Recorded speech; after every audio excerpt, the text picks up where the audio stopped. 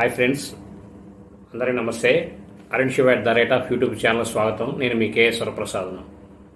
నేను మీకు ఈరోజు ఈ వీడియోలో ఫెయిల్ అయిన వారిని, పరీక్షల్లో ఫెయిల్ అయిన వారిని, వెనుకబడిన వారిని, వీరిని మనం ఎలా కాపాడుకోవాలి. ఈరోజు వార్తల్లో చూస్తుంటే మన రిజల్ట్స్ వచ్చిన కాడి నుంచి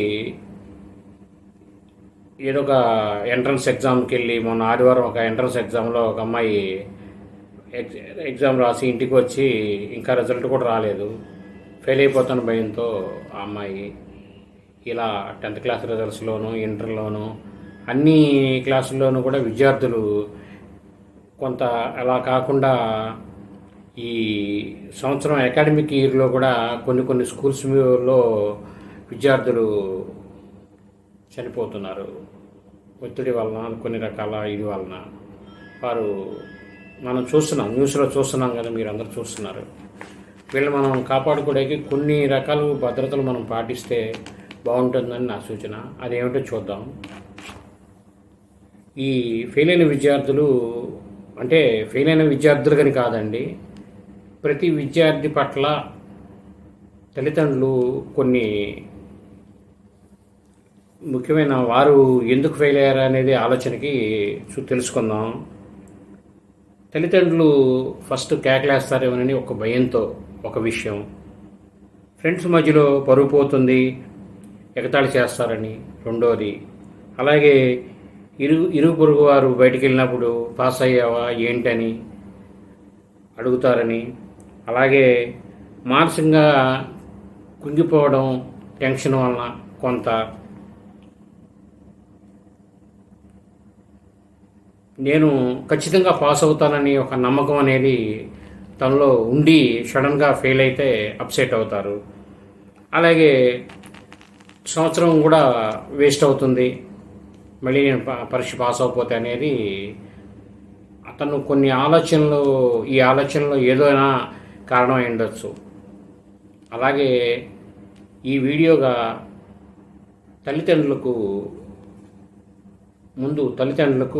అసలు మనం ఎలా ప్రొసీడ్ అవ్వాలి ఈ సమస్య నుంచి పరిష్కారం అవడానికి అంటే, ఫస్ట్ మీరు తల్లిదండ్రులు ఎవరైనా సరే పిల్లల్ని స్నేహభావంగా చూడండి. అది ఫస్ట్ ఇంపార్టెంట్ విషయం. వాళ్ళు ఏ విధంగా అయినా చదవనివ్వండి, అధిక ఒత్తిడి తీసుకురావద్దు. 90లు 100లు మనకు కావాలి, 90లు 100లు 99లు కావాలి, కానీ మన వారి శక్తి సామర్థ్యం అన్నీ మనం పెంపొందించేటట్టుగా మనం తర్ఫీదు ఇవ్వాలి. కేవలం మనం పుస్తకాలు కొనిపెట్టేసి 100 రావాలి 90 రావాలి అంటే అనేది అవదండి. మనం వాళ్ళకి కొద్దిగా వెనక నుండి కోఆపరేషన్ అనేది చేయాలి. వాళ్ళు ఏం చదువుతున్నారు ఏంటి, వాళ్ళు ఎందుకు వెనకబడి ఉన్నారు, వాళ్ళకి మనం ఏమైనా ట్యూషన్స్ చెప్పించాలా, అలాగే వాళ్ళు మూడీగా ఉంటే మనం కూర్చోబెట్టుకొని తల్లి తండ్రి ఏదో సమయంలో చక్కగా మాట్లాడాలి, ప్రతిరోజు మాట్లాడాలి. కేవలం ఎగ్జామ్స్ వచ్చిన టైంలో కాదండి, ప్రతిరోజు 2 రోజులు ఒకసారి మాట్లాడాలి.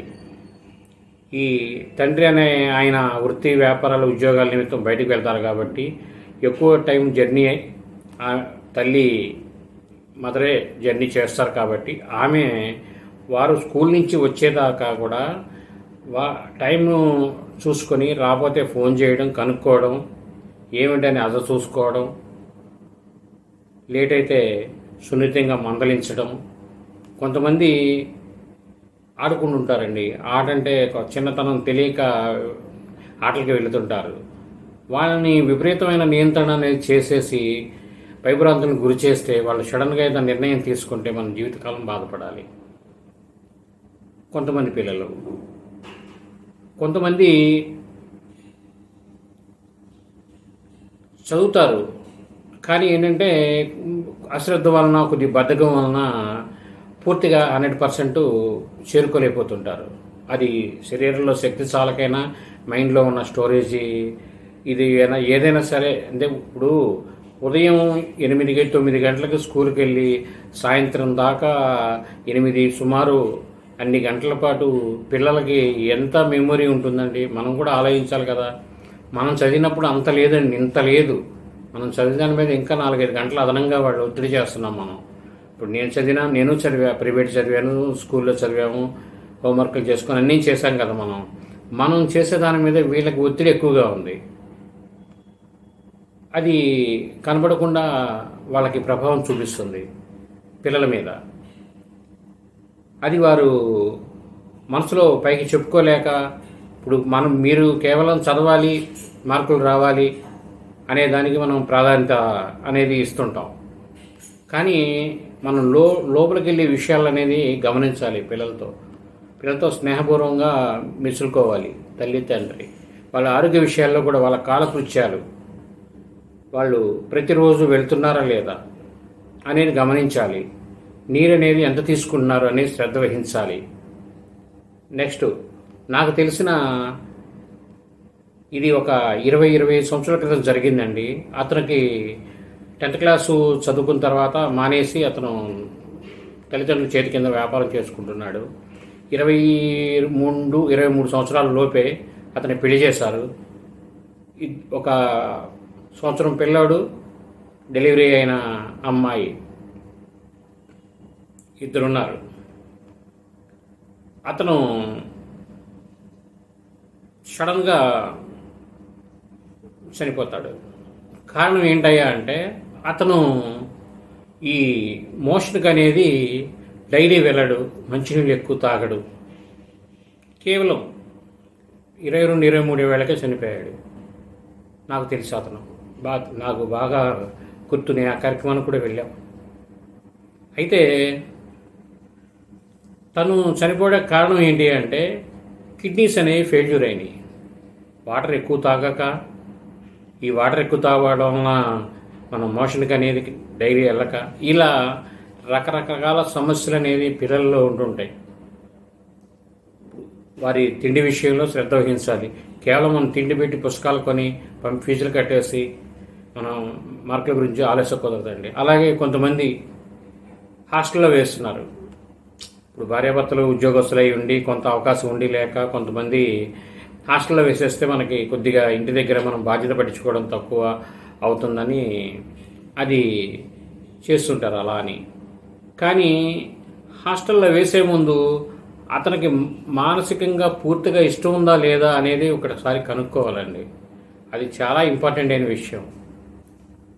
ఎందుకంటే చాలామంది తల్లిదండ్రులకి ఎడంగా ఇలా ఉండిపోవడానికి, తల్లిదండ్రులు ప్రేమగా చూసుకోలేకపోవడానికి కారణం పరోక్షంగా అదొక కారణం. హాస్టల్లో వేయడం వలన వారికి ఆ ఎడబాటు అనేది అలా ఉండిపోతుంది. మనం ఏంటంటే ఈ పని ఒత్తిడి వల్ల మనకు తప్పదు. మనం వ్యాపారం చేసేవాళ్ళు, పెద్ద వ్యాపారాలు చేసేవారు సాయంత్రానికి అన్నీ పట్టించుకోవాలంటే కుదరదు కాబట్టి చేస్తుంటారు. కానీ అక్కడ ఏంటంటే హాస్టల్లో ఆ సైడ్ ఉన్న విద్యార్థులతో పోటీ పడలేక ఇటు మానసికంగా, ఇప్పుడు మనం ఇంటికి వచ్చిన తర్వాత కనీసం 4 గంటలు 3 గంటలన్నా మనతో స్పెండ్ చేస్తారు టైం. ఇప్పుడు నైట్ 8 ఇంటికి వస్తారనుకోండి, 11 దాకా 3 గంటలన్నా మన తల్లిదండ్రులతో మాట్లాడతారు పిల్లలు. హాస్టల్లో ఏముంటుందండి, ఎవరితో మాట్లాడతారు? ఎందాక సైడ్ ఉన్న పిల్లలతోనే మాట్లాడతారు. ఏది షేర్ చేసుకోలేరు, మంచి చెడు ఏది ఉన్నా సరే. ఇవాళ ఉన్న ఇదికి అదొక మైనస్ పాయింట్ అండి. అది ఏంటంటే అవకాశం ఉన్నది తప్పదు. కానీ ఏంటంటే చదవను అని, హాస్టల్లో నేను చదవను అని వాళ్ళు అన్నప్పుడు మీరు ఒత్తిడి చేయకుండా అవకాశాన్ని బట్టి మీరు ఇంట్లో చదివించుకోవడం బెటరు. ఇలా ఇంకో కారణం. నెక్స్ట్ మూడోది ఏంటంటే స్కూల్లో మాస్టర్స్ అండి. ఇప్పుడు ర్యాంక్ వస్తుంది. ఇప్పుడు కొంతమందికి first class, second class, third class వస్తాయి. మిగిలిన వాళ్ళందరూ వాళ్ళు పాస్ అయ్యారు కదా, ఏదో మొత్తానికి 5-10 మంది ఫెయిల్ అవుతారు.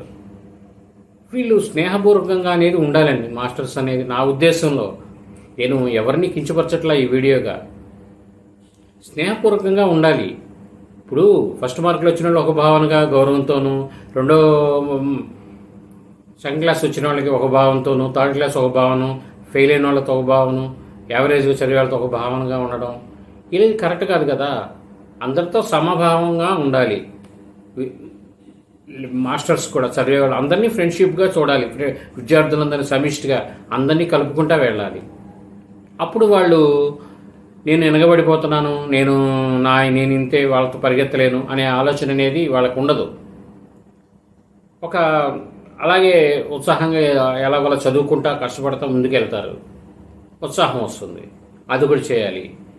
మన తరగతుల్లో కూడా 7th కానీ 8th నుంచి కానీ ఈ మనిషికి వ్యక్తిగత వికాసం అసలు ఏమిటి, మనిషి అనే జీవితం అనేది ఏమిటి, ఎందుకు మనం ఇలా మనిషిగా పుడుతున్నాం, మనం ఎందుకు వెళ్తున్నాం, ఎందుకు చదువుతున్నాం, ఎవరి కోసం చదువుతున్నాం, ఎలా చదవాలి, భవిష్యత్తును ఎలా నిర్మించుకోవాలి, తల్లిదండ్రుల పట్ల ఎలా ఉండాలి, సమాజం పట్ల ఎలా ఉండాలి, తోటి విద్యార్థులతో ఎలా ఉండాలి, తోటి విద్యార్థినులతో ఎలా ఉండాలి, అసలు భవిష్యత్తు అనేది ఎలా ప్రణాళిక చేసుకోవాలి, ఎక్కడన్నా ఫెయిల్యూర్స్ అనేవి ఎదురైతే ఎలా తట్టుకోవాలి అనేది ఒక అవగాహనగా 7th 8th నుంచి దీన్ని అలా వయసుకు కావాల్సినంత వరకు కూడా చెప్పుకుంటా కంటిన్యూషన్ ఎడ్యుకేషన్ ఉన్నంత వరకు అదొక క్లాస్ కింద చెప్పాలండి. అది కంపల్సరీ. ఎందుకంటే ఇప్పుడు కింద నుంచి అనేది రాకపోతే అది అవదండి, అవగాహనగా అవ్వదు. కేవలం ఇతరత్ర కోచింగ్లు ఇతరత్ర అని చేస్తే కాదండి, కేవలం విద్య కాదు కదా. ఇప్పుడు మన దేశ జనాభా పెరగాలి అని మనం కోరుకుంటున్నాం. ఇదివరకు కుటుంబ నియంత్రణ ఉన్నది, ఇప్పుడు కాదు, దేశ జనాభా పెరగాలని అనుకుంటున్నారు. మరి అనుకున్నప్పుడు ఉన్న జనాభా అనేది తగ్గిపోతున్నారు కదా. ఇలా అనేక రూపాల్లో మనం శ్రద్ధ వహించలేకపోవడం వలన అది జరుగుతుంది. ఇది నా అభిప్రాయం. అది మీరు కూడా ఆలోచించి చూడండి. నా అనుభవంగా విశ్లేషణ అనేది చెబుతున్నానండి. అది అలాగే ఏంటంటే మాస్టర్స్ కూడా వాళ్ళని ఎలా అంటే, మీరు ఫెయిల్ అయ్యారనుకో, మీరు అధైర్యపడవాకండి, మేమున్నాం, కావాలంటే ఎక్స్ట్రా క్లాసులు మీకు చెప్తాం,